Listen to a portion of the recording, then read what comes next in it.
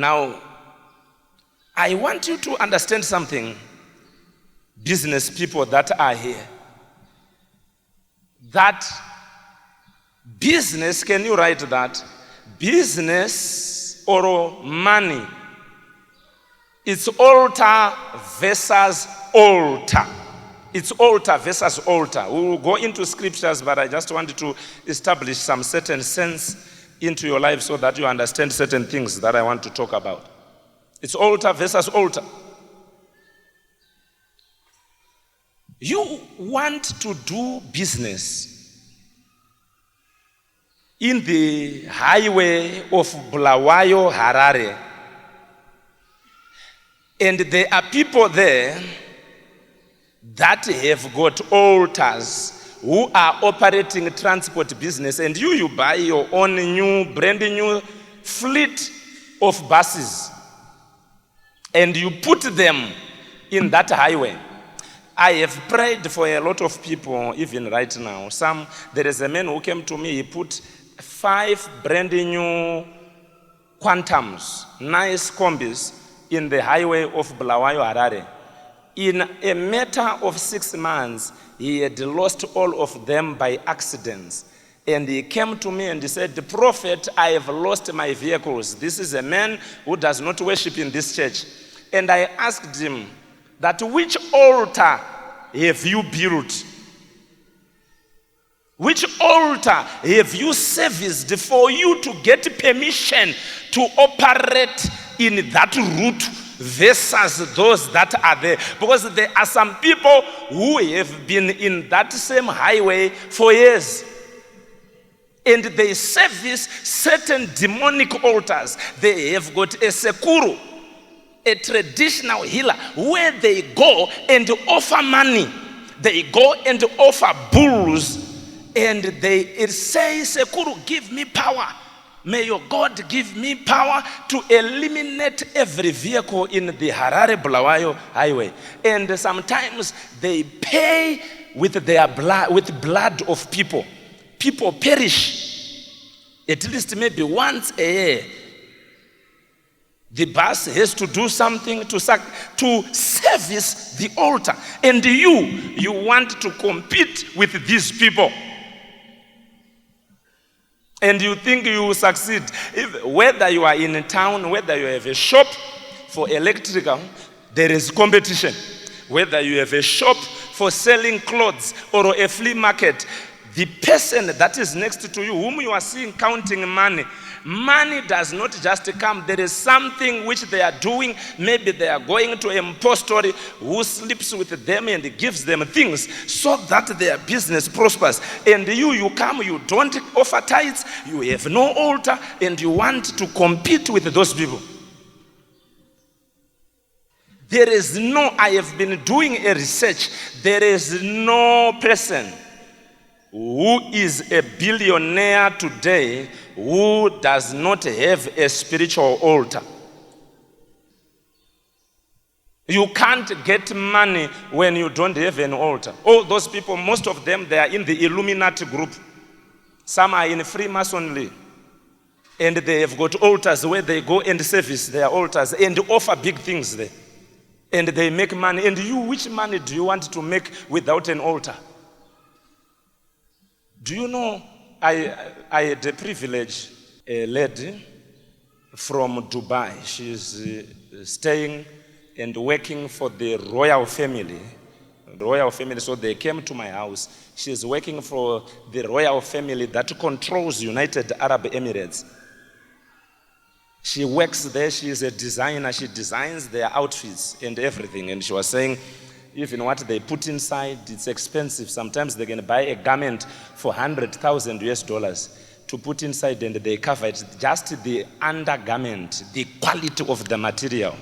She said it's worth $100,000. Some of them $50,000. The cheapest will be $20,000. They don't wear anything less than $20,000 inside. You, how much is your undergarment? We are not talking the undergarment only, those things that they wear inside. And I said to her, sister, you have been having, these people, they have got Fly Emirates, Qatar Airways, many things, and they are controlling the money world in the world, the money. I said, what did you see as their secret? He said, Prophet, Christians, they don't understand some of these things. These people, every royal palace, it is a big room which you are not allowed to enter. And it is an altar. She said, even if you go there, the demonic presence that is there is too much. And the daughters, the children, they are not, if you are a foreigner, the law is, you are not allowed to see their face, they cover. It's only the cousins. She was explaining a lot of things about how they service their altars every day. And they say, when they come out there, even the skin or something, you will notice that there is something different. And when they come back that day, the monies that enter their accounts is too much. He said, these people, Prophet, are very spiritual. The problem is for sure, because I am doing a research and I'm understanding certain things. And you want to own an airline to compete in the same realm, because those are principalities, those are high ranks to fly above clouds. Or maybe you want to do something that will give you millions. Which altar do you have to compete with Fly Emirates? Which altar do you have to compete with Qatar Airways?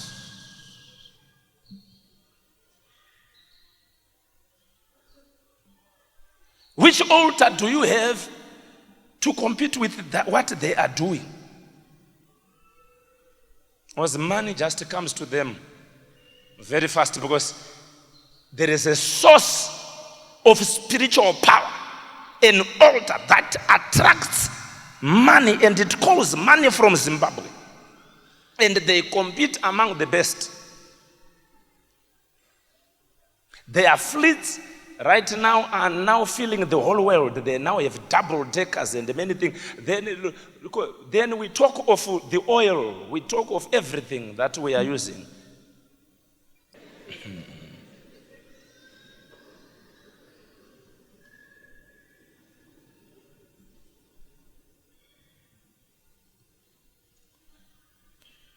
Even Beyonce usually confesses that when she is about to go on the stage, it's called Sasha. Sasha. She doesn't know how she dances until when she watches herself. Sasha comes upon her. There is a person called Sasha. When she's going on the stage, Sasha comes and she starts to do her moves with Sasha. I think she sang a song about Sasha. So Sasha, that's why she's called Sasha. It's her other name. So when she comes, when she does those dances, people start to throw money. When Sasha comes, the way she will sing and everything, all of you, people will start to play her music. They want to see her dancing. It's coming from a certain altar and it gives them money. That Sasha comes from an altar. So to us, you must say, whenever I am doing my business, there is a certain power, a certain anointing, not Sasha, but something that comes in me that makes me to do things in a way that I don't understand. They have altars. Even right now, they've created a church which is being run by Tom Cruise. It's a church where Oprah, all of them, they go. Oprah is like a prophetess in that church. All of them, they are there. And they have been worshiping there for a long time. A church of Scientology and other things where Illuminats, they go. Those who stay in Hollywood and many places, and they worship on altars. And the Carnegie's family, the Forbes, all these guys, they have serious altars that are secret, which they service. Tell someone next to say, money doesn't just come. There is one brother that I delivered. He is now a pastor like. The mother is a traditional healer. Says, Prophet, my mother, because I went to their house, every day there is a queue in Harare. I will not mention the place, but there is a queue from here up to the gate there. Every day of clients. And I said, what is the secret of your mother? She said, behind the door, she is staying in a high-density suburb, and she has built a thatched hut. It's a thatched hut, which I saw where she serves people. Behind that the door, there is a big black pot, and he says that every day, Prophet, in the morning, the whole family, my mother would call us there, and would kneel and start to speak things that today we want many clients and what our ancestors, and they give an offering from what they got yesterday. They subtract something, they offer there. Says after that my mother just wears their things, and you start to see a big queue of people coming every day. And said there is a little bit of a stool like that is made of bricks, and there is a big clay pot that is there with certain things, red and what and some herbs inside. And says that place, it is too powerful. And he said, before I was born again, if I wanted a girl, even no matter how beautiful she was, if I go and mention her in that pot, and I say today when I approach her, she must say yes. When he would take some of the substance, put on his face, and he goes to any girl, no matter how rich she was, if she was not born again, that girl would say yes to that young man. He had slept with a lot of girls in his area. What was making the girls not to resist her was because there was power from the altar. And witches, they have altars. When they don't want you to prosper, they will offer something against your life. They take a goat, they can take a bull or anything and go on that altar and offer it with your name. That the power, they will take something, a goat, and put it on an altar. And you are doing business in town, they are in the rural area. You are boasting that I'm making money. They will just take a bull and your picture and put it on the altar with an axe, and they chop the leg of the bull. They can do it, or of the goat, and say, this bull is now Ndlovu. Maybe you are called fresh Ndlovu. This is fresh Ndlovu. And I break the leg of Ndlovu. As I break the leg of this bull, let his leg be broken. Whilst you are in town, you can just hear a sound on your leg. And from that moment you can't walk. Or you'll be involved in an accident. Or they can kill that thing and say, let this one die. The same way we are killing this animal. And they offer what they offer. And you are coming to church, no cent, you don't give even $1 to God. And yet there are people that are putting things on altars against your name.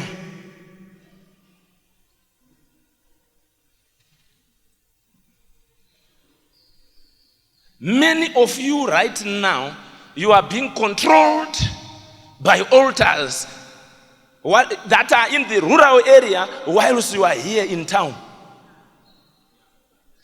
They control the money that you must count per day. They control the type of happiness that you must have, the level of joy in your marriage. They control, if they want you to fight, They will just go there on the same altar. They can take 2 goats and say, him and his wife, this is the wife, this is the husband, fight now, fight.